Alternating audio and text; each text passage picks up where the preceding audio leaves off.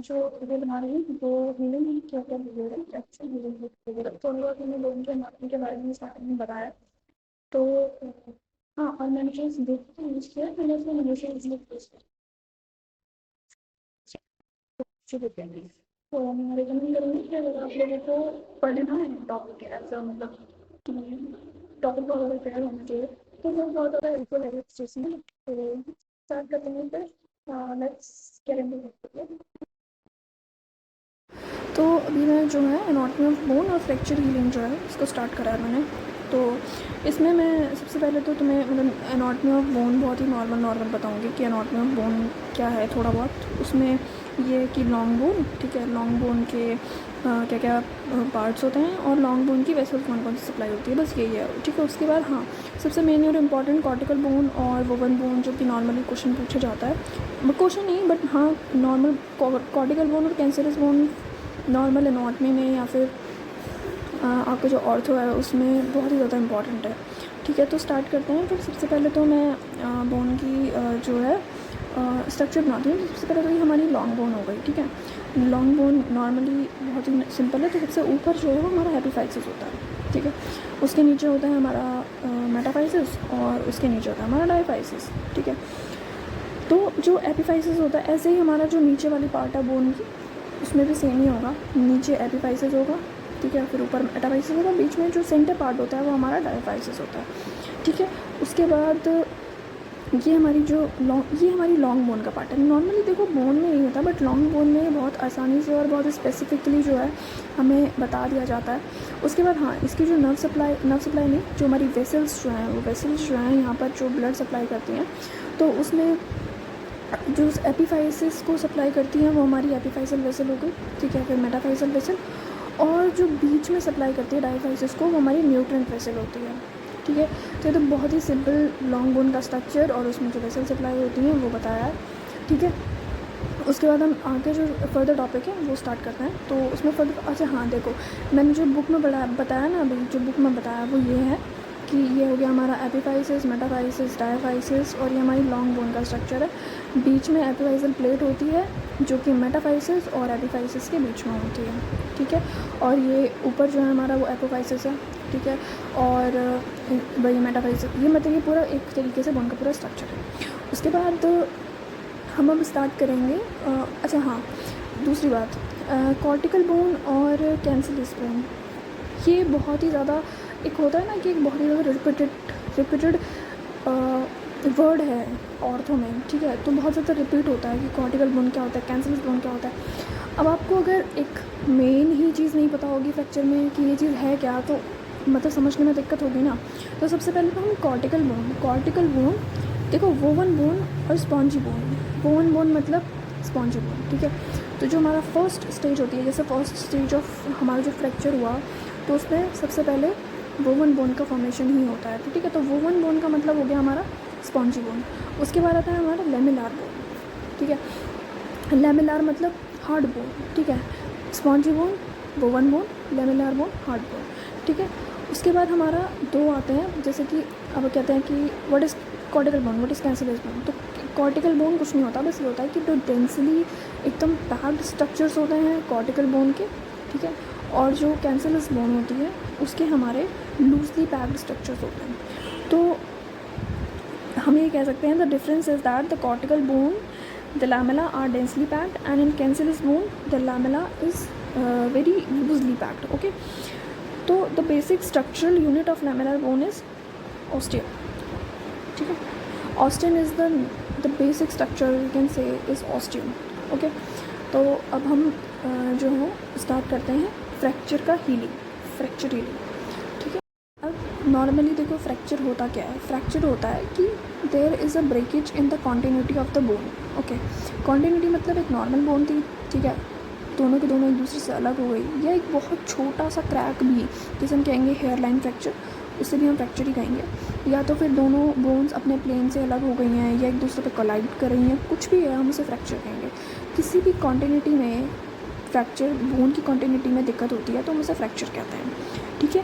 अब देखो नॉर्मल अगर सॉफ्ट टिश्यू जो है उसमें कोई भी बाउंड होता है, ठीक है, तो जब वो हील करता है ना तो वो फाइब्रस टिश्यू बनाता है। फाइब्रस टिश्यूज का एक एंड रिजल्ट होता है, बट फ्रैक्चर का जो एंड रिजल्ट है वो मिनरलाइज्ड मेसेंकाइमल टिश्यू है। This is the most important thing you should know, that the mineralized mesenchymal tissue it is the end product of the bone formation. Okay, the fracture begins to heal soon as it occurs. जैसे ही fracture होता है, मतलब कि bone टूट गई, वहीं से जो है बोन हीलिंग प्रोसेस स्टार्ट हो जाता है। तो उसी के बेसिस पर जैसे हम कहेंगे सबसे पहले हेमाटोमा होता है, ठीक है। तो उसके बाद अब हम नॉर्मल हमारी जो है 5 स्टेजेस हैं। वैसे तो ग्रेनुलेशन टिश्यू जो होती है उसमें कैलस फॉर्मेशन उसी में ऐड होता है।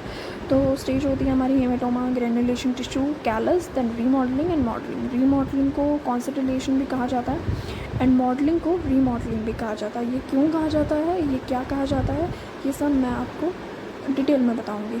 तो सबसे पहले हम स्टार्ट करते हैं हेमाटोमा। हेमाटोमा सबसे पहली स्टेज होती है, ठीक है, जिसमें कि ये 7 दिन तक होती है, ठीक है। अब देखो हेमाटोमा मतलब क्या होता है कि बोन टूटी, ठीक है, बोन से ब्लड लीक हुआ, वेसल्स वगैरह लीक हुई और उन्होंने एक haematoma forms a haematoma between around the fracture. एक क्लॉटिंग फॉर्मेशन हो जाती है जिसे हम हेमाटोमा कहते हैं। तो ये जो नॉर्मली मतलब देखो जैसे होता है कि पेरियोस्टेम लेयर जो नॉर्मल बोन की लेयर होती है वो, और जो लोकल सॉफ्ट टिश्यूज़ होते हैं वो स्ट्राइक ऑफ हो जाते हैं। तो यहाँ पर हम पॉइंट्स बना सकते हैं कि पहला पॉइंट ये हो गया that it last up to 7 days। Next, blood leaks from the torn vessels and hematoma is formed. Okay, next आता है periosteum and local soft tissues जो हैं वो स्ट्राइक ऑफ हो जाते हैं। और ischemic necrosis, what is ischemic necrosis? होता है कि cessation of arterial blood flow, this is what we call ischemic necrosis. तो जिसमें हाइपोक्सिया या एनॉक्सिया हो जाता है। बट इस्चेमिक नेक्रोसिस ऐसा यहाँ पर बहुत कम टाइम के लिए और बहुत फ्यू मिलीमीटर्स तक होती है लेंथ में, तो इसलिए इतना ज़्यादा लॉस नहीं होता है कि क्योंकि हमारा अब हाँ इसमें फोर्थ पॉइंट ये होगा कि जो हमारा ऑस्टियोसाइट्स होता है ना, क्योंकि ऑस्टियोसाइट्स वहाँ पर मरने लगते हैं क्योंकि बोन फ्रैक्चर हुई है, तो osteocytes will die. Okay, and some of the daughter cells remain which will further proceed in the bone healing process. Okay, die whereas other sensitives respond subsequently by differentiating into the daughter cells. This is what we call that कि कुछ जो बच गए हैं sales वो हमारे bone healing में मदद करेंगे। तो ये हमने 4 पॉइंट्स इस टॉपिक पे बना लिए कि हेमाटोमा क्या होता है, कैसे होता है, कितने दिन तक होता है, क्या क्या इसमें दिक्कत आती है, जो भी है, ठीक है। अब नेक्स्ट हो गया हमारा स्टेज ऑफ ग्रेनुलेशन टिश्यू।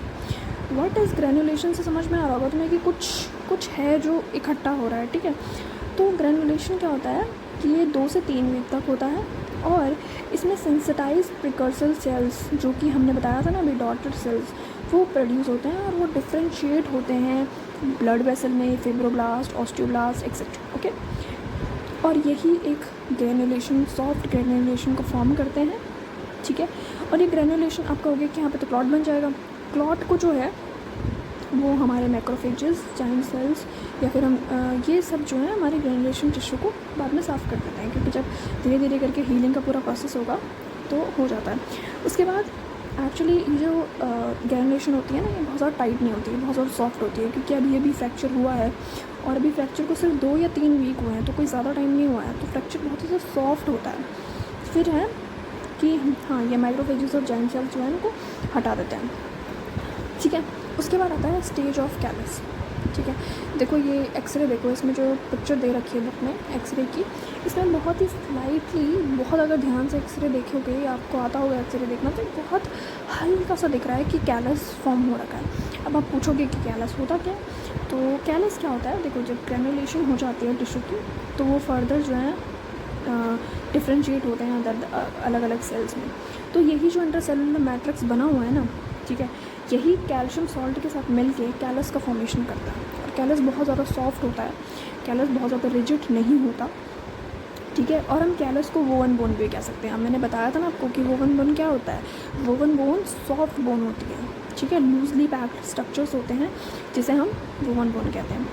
तो ये 2 एक्सरे में बहुत साफ साफ दिखता है, 3 वीक्स में एक्सरे में बिल्कुल साफ साफ दिखेगा। जो कैलस फॉर्मेशन होती है वो ऑलमोस्ट जो होती है कि स्लो होती है इन एडल्ट्स, ठीक है, और चिल्ड्रंस में जो होती है वो ज़्यादा होती है, ठीक है। तो ये आपका हो गया हमारा सेकंड स्टेज हो गई, third stage sorry, callus formation हो गई। सबसे पहले क्या था हमारा हेमेटोमा, फिर हो गया हमारा ग्रेनुलेशन टिश्यू, और अब हमारा थर्ड हो गया स्टेज ऑफ कैलस। ठीक है, अब अगला आता है हमारा स्टेज ऑफ रीमॉडलिंग। ठीक है, रीमॉडलिंग समझ में आ रहा होगा कि कुछ तो ऐसा है कि जिसमें कुछ बन रहा है। तो इसमें क्या होता है कि रीमॉडलिंग मतलब जो बोवन बोन होती है, हमारी नॉर्मल बोवन बोन थी, वो अब हमारी मैच्योर बोन में कन्वर्ट होती है। तो टिपिकल लैमेलर स्ट्रक्चर है, मैंने बताया था लैमेलर क्या होता है, लैमेलर मतलब हार्ड बोन। तो जो हमारा सॉफ्ट बोन थी अब वो हार्ड बोन में कन्वर्ट होने वाली है। ठीक है, तो बहुत सारे चेंजेस आते हैं। तो जो कैलस होता है ना, वो अब हमारा लैमेलर बोन से रिप्लेस हो जाएगा। ये बहुत ही ज़्यादा स्लो प्रोसेस होता है। ठीक है, और ये जो है हमारा 1 to 4 ईयर्स तक लेता है। ठीक है, तो ये हो गई हमारी स्टेज ऑफ रीमॉडलिंग। कोई हार्ड नहीं है, देखो it's a very easy topic है। इस सच इतना ज़्यादा कोई बहुत ज़्यादा डिफ़िकल्ट नहीं है कि ये समझ नहीं आएगा। ठीक है, तो रीमॉडलिंग हो गया। उसके बाद हो गया हमारा मॉडलिंग मतलब कि formally called the stage of remodelling. इसे हम रीमॉडलिंग भी कह सकते हैं। क्यों? क्योंकि बोन की स्ट्रेंथनिंग होती है। मेरा नाम लिखा हुआ है यहाँ पर, हटा दिया मैंने। ठीक है, तो जो स्टेज ऑफ रीमॉडलिंग, ठीक है, तो बोन जो है वो ग्रेजुअली स्ट्रेंथन होती है। ठीक है, the shaping of cortex occur at the endosteal and periosteal surface. The major stimulus to this process come from local bone strain, weight bearing stresses and muscle force. जब modelling के बाद, remodelling के बाद normally इतने weeks मतलब 1 साल बाद तो मतलब नॉर्मली जो है हाँ हटा दिया जाता है। जो हमारा वो लगेगा, क्या बोलते हैं उसे, कास्ट लगता है, पीओपी का कास्ट लगता है, वो हट जाता है। ठीक है, तो रीमॉडलिंग में क्या होता है कि हमें थोड़ी बहुत स्ट्रेंथनिंग एक्सरसाइजेज, मसल का फोर्स लगता है, जिसकी वजह से बोन की स्ट्रेंथनिंग होती है। तो हम उसे मॉडलिंग कहते हैं कि जो हमारा बोन है वो स्ट्रॉन्ग होता है। ठीक है, और बोन में स्ट्रेंथ आती है। This is what we called as modelling. So आज के लिए इतना ही। ठीक है, बाकी जो है मतलब मैंने ये सारा बता दिया, stage of modelling, stage of remodelling, stage of callus, then stage of granulation tissue, and सबसे पहले आता है हमारा हेमाटोमा। तो thank you so much for watching my video, और please subscribe my channel. And अगर आप शेयर कर सकते हैं इसको, अगर आपको ये वीडियो इन्फॉर्मेटिव लगी है तो प्लीज़ इसे शेयर करें। And thank you so much.